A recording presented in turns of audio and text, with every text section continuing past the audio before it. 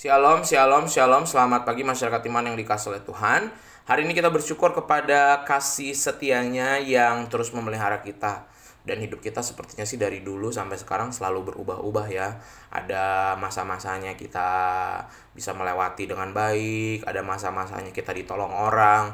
Tapi ada masa-masanya kita menghadapinya sendiri, ada masa-masanya jalan keluar kok nggak kelihatan. Tapi kita percaya apapun yang kita lalui dan kita cari hari ini, mari sama-sama kita mencari Tuhan dulu. Kita mencari dan utamakan Tuhan dulu. Karena kalau Tuhan kita cari, Tuhan kita temukan, maka jalan dan pergumulan yang sedang kita hadapi akan bisa kita lalui dengan baik. Mari bersama-sama kita pujikan NKB 183. NKB 183, dulu ku mencari, bait pertama dan yang kedua. NKB 183.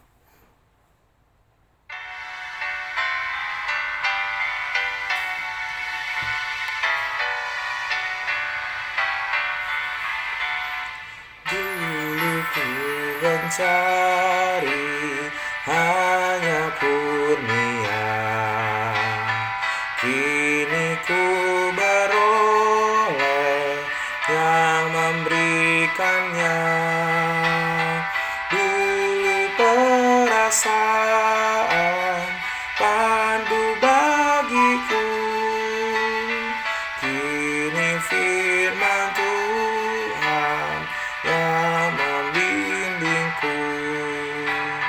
Aku puji Yesus, tak kenal lelah, karena Dia sungguh Tuhanku adalah.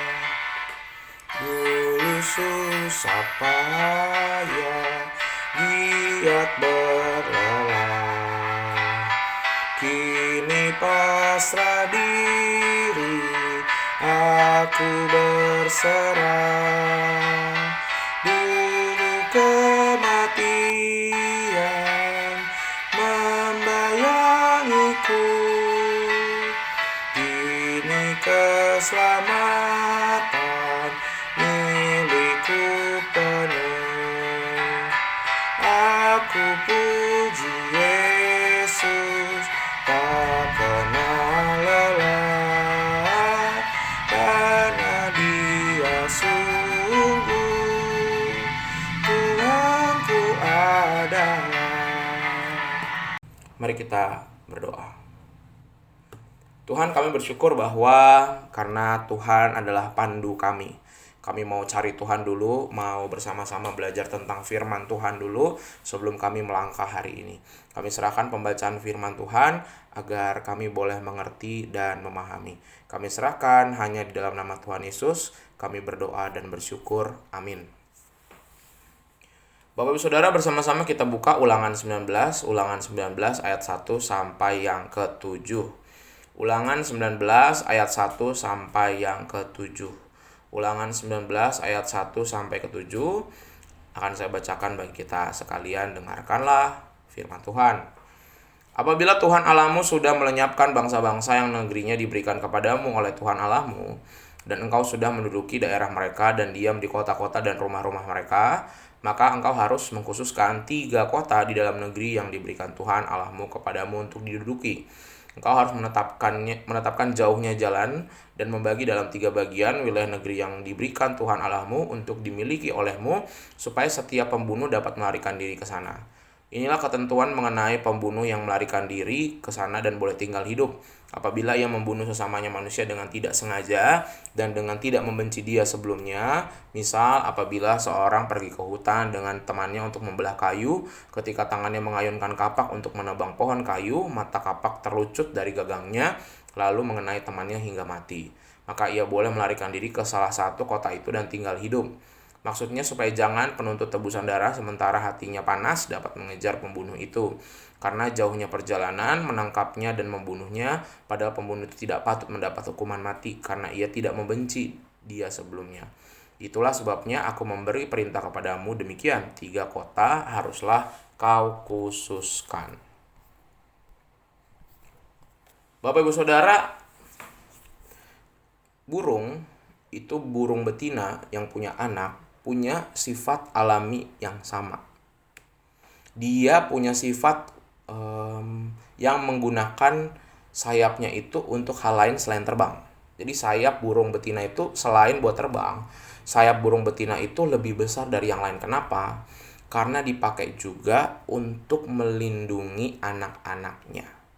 Jadi anak-anaknya dilindungi di sayapnya itu, kalau di sarang itu ada predator, ada ular, ada kucing hutan yang mau makan anak-anak burung yang ada di sangkar. Mungkin saja mereka dikejar, mungkin mereka dihajar, tapi anak-anak burung akan aman di bawah sayapnya si ibu burung. Nah, Bapak Saudara, hubungan Tuhan dengan umatnya juga seperti induk burung dan anak-anaknya. Seringkali kita diperhadapkan dengan perkara yang unik-unik dan sulit-sulit, dan mungkin perkara ini disebabkan karena kebodohan kita. Tetapi apapun yang menjadi sumber perkara kita, Tuhan adalah Tuhan yang memberikan pengampunan. Asalkan kita mau bertobat, dan apapun yang kita lakukan itu menjadi cara Tuhan untuk mendidik supaya kita jadi lebih baik. Dan tentunya dalam proses jadi baik ini juga ada hal-hal yang Tuhan ingin lakukan bagi setiap kita. Dia jaga orang-orang yang mau bertobat. Nah, di dalam bacaan kita itu kita bisa lihat seperti itu juga. Jadi kasih Tuhan itu kepada orang-orang yang juga berdosa, yang tidak sengaja membunuh. Tapi ini khusus pembunuhannya bukan bunuh dengan dendam dan sengaja. Jadi sampai detail dijelaskan bahwa misal lagi ke hutan, lagi motong pohon, mata kapaknya kena temennya ketika dia pergi berdua, dia mati. Dan dia nggak ada dendam sama sekali. Nah, tapi kan orang pasti kan kesal keluarganya kan, dan ingin melakukan penebusan darah, akhirnya harus sama, darah, mata ganti mata, tangan ganti tangan. Nah, itu boleh masuk ke sebuah tempat. Tuhan minta diri ini kepada umat, kalian harus punya kota perlindungan. Kota perlindungan itu kota yang terpencil, jauh dari mana-mana, dan orang yang membunuh boleh ada di situ kalau dia tidak sengaja membunuh ataupun melakukan kesalahan-kesalahan yang sebenarnya tidak disengaja. Asalkan tadi nanti dia diperhadapkan dengan saksi dulu, diperhadapkan juga dengan peradilan di dalam suku bangsa itu, baru dia boleh begitu untuk melindungi mereka sementara sebelum mendapat hukuman yang pasti gitu ya. Karena pasti kalau keluarganya pasti emosi sekali dan pengen si orang ini mati. Nah, sehingga kita bisa lihat bahwa sebenarnya Tuhan yang mengampuni itu bukan cuma Tuhan di perjanjian baru aja ketika Tuhan Yesus sudah lahir jadi manusia, tetapi pengampunan itu sudah ada bahkan di perjanjian lama. Dan seperti dalam bacaan kita bisa lihat bahwa Tuhan itu ngasih pengampunan yang luar biasa. Nah, bagi kita bagaimana? Kita juga mungkin sekarang udah nggak ada kota-kota perlindungan ya. Kota-kota perlindungan ada di mana? Di hati kita. Jadi ini sebenarnya mau ngingetin, kalau kita lagi marah, jangan pernah kita berhadapan dengan orang yang kita sebel. Kalau kita lagi marah, lebih baik kita hindari dulu sementara sampai hati kita adem, sampai hati kita tenang, baru kita bisa ngobrol lagi. Dan kalau ada orang yang melakukan kesalahan kepada kita, baik itu, kalau sekarang kita lebih luas lagi, bukan hanya nggak sengaja, yang sengaja pun kita harus buka kota perlindungan di hati kita buat dia.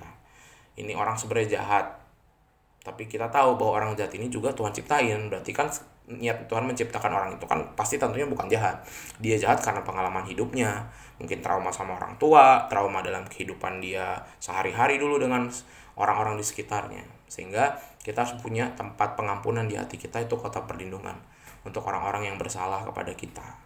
Nah, semoga kita bisa juga ya mengampuni hari ini. Kalau ada ya kejadian-kejadian yang mungkin melukai kita, harus segera kita buat kota perlindungan di hati kita, supaya orang-orang yang melukai kita itu dapat kesempatan kedua.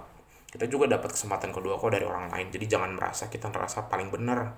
Kita juga sering diampuni kesalahannya sama orang. Jadi kita juga harus selalu mengampuni orang lain di hati kita. Tuhan mampukan kita hari ini. Amin. Mari kita berdoa. Tuhan, kami bersyukur hari ini melalui firman-Mu kami diingatkan betapa Tuhan senantiasa memberikan kesempatan kedua, pengampunan. Kota perlindungan jadi pelajaran buat kami di masa modern agar hati kami juga punya kota perlindungan.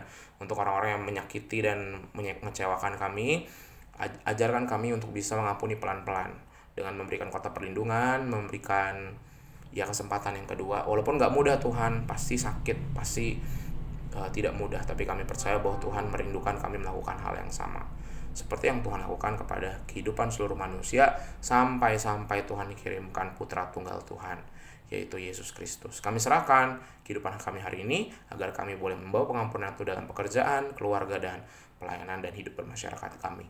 Terima kasih Tuhan, dalam nama-Mu kami berdoa dan bersyukur. Amin. Selamat pagi, Tuhan Yesus memberkati, tetap bersemangat.